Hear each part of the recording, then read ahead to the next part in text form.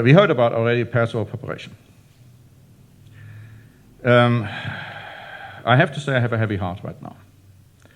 Because even as late as this morning, I got 3 memos from people in the church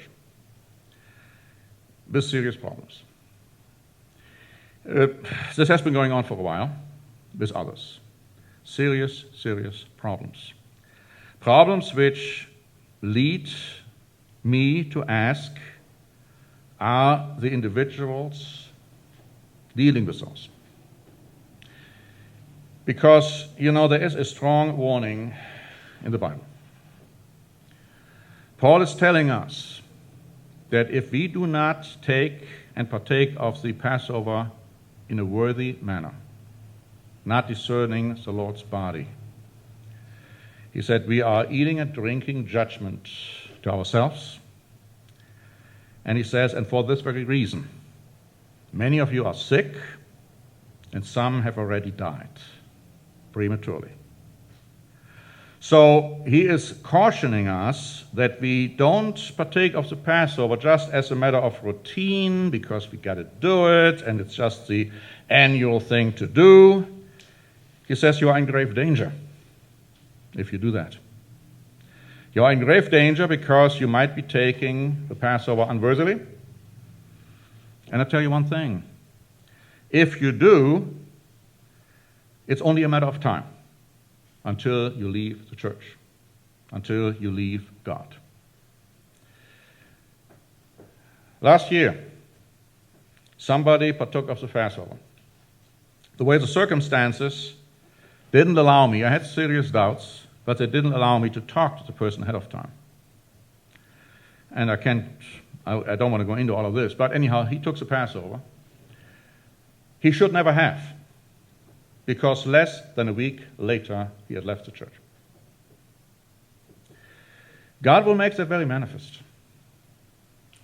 And we shouldn't kid ourselves, and we shouldn't kid God.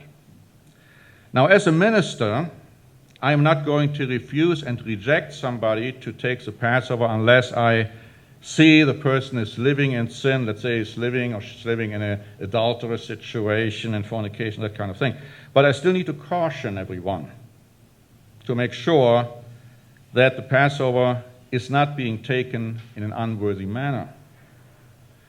And if somebody is not dealing with the problems, looking at them casually as something which are not important to take care of before the Passover, then I would say the person shouldn't take the Passover, because it's a very, very dangerous thing to do.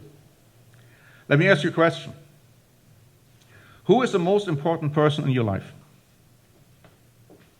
Or let me ask you the question this way. Who are the most important persons in your life? And the answer is who?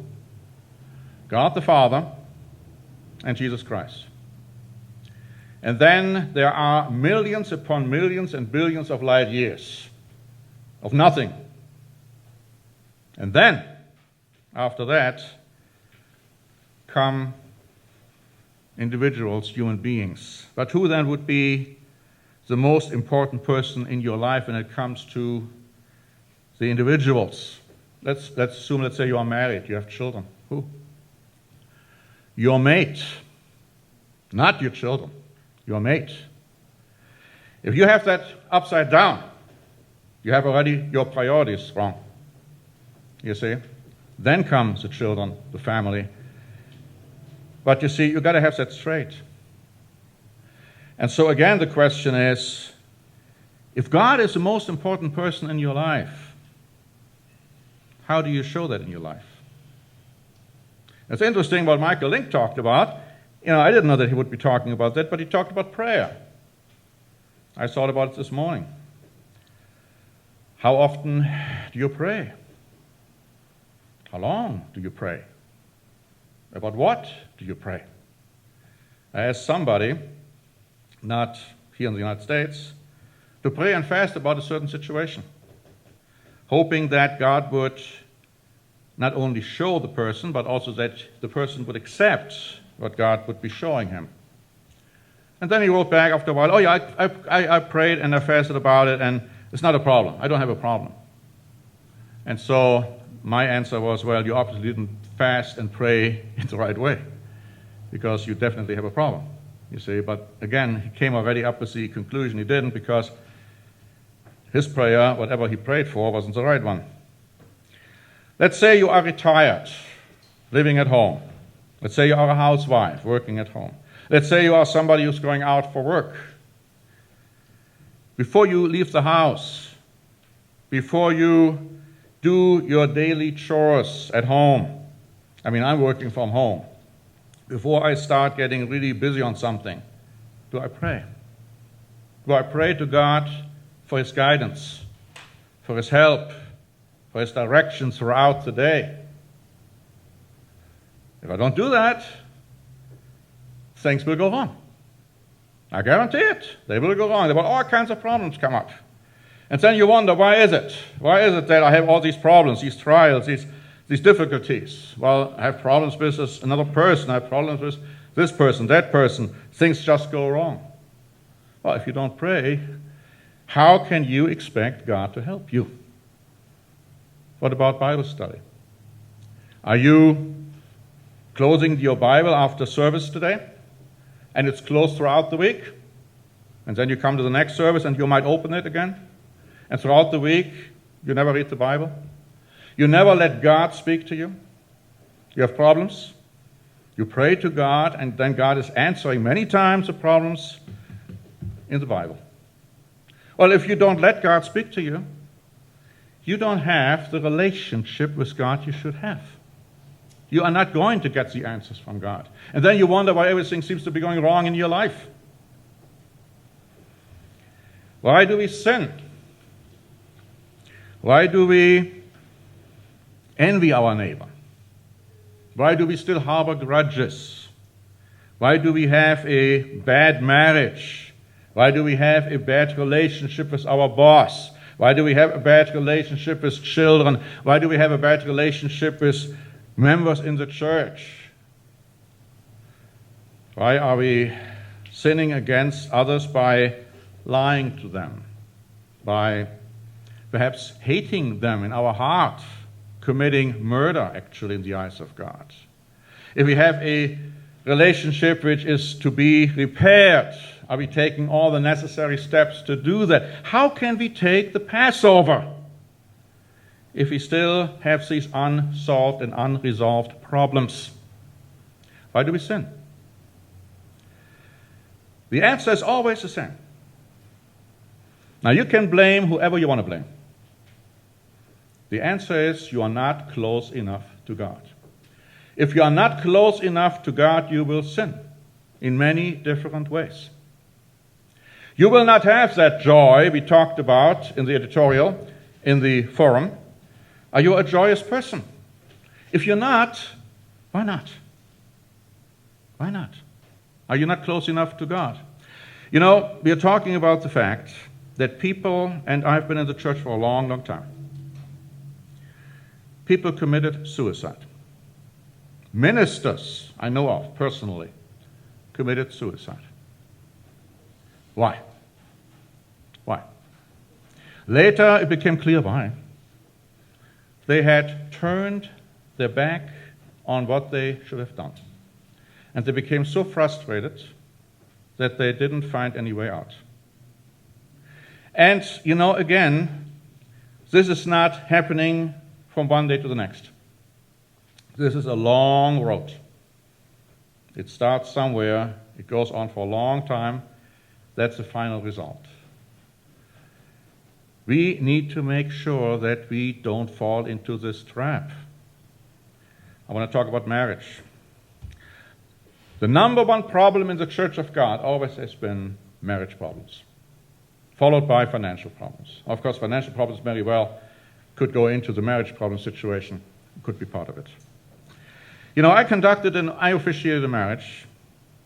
It's going to be 2 years from now, coming May 1. And I asked the two individuals, and of course I'm talking about marriage in the church. See, I'm not talking about, let's say, somebody is married to somebody else and then he becomes converted, the other one is not. I'm talking about two converted people in the church.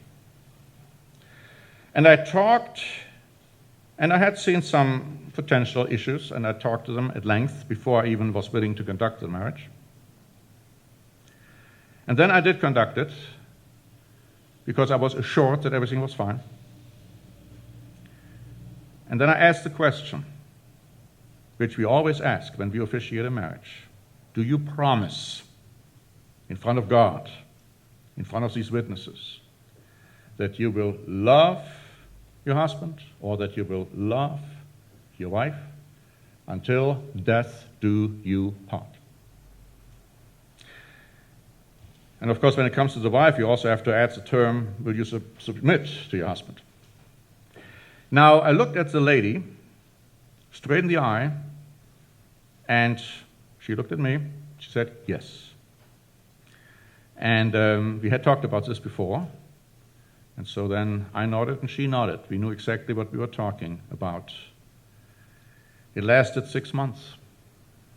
And then she separated from her husband, and now she's filing for divorce. In this particular country, in Germany, you have to wait 2 years before you can file for divorce. What happened to that promise? It was a promise given to God. It was a lie. You see, if you make a promise and you don't keep it, you are lying. All right?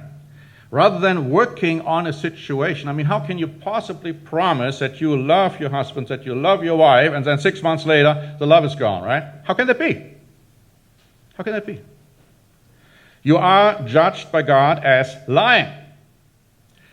And if you are in a situation where you have a marriage problem, you had better taken care of that before the Passover. Otherwise, you had better not take the Passover. Because God isn't mocked. It is that serious. You see, if you are committing sins and the sins are not forgiven, the death penalty is still over your head and you are looking towards eternal death. That's how serious that is. So let's not fool and kid ourselves. You know, we're not only talking about physical death, which might very well be the result, as Paul has been saying, we're talking about ultimate death. So let's not make that mistake. I just wanted to say these few things because it's so serious. And when I see the problems being reported to me from all over the place, and I had already prepared a sermon I wanted to give this next week for our German brethren, it's gone. That sermon is gone. I'm going to give a sermon about what I'm just talking about today, because that's the last time I can speak to them prior to the Passover. It is that serious.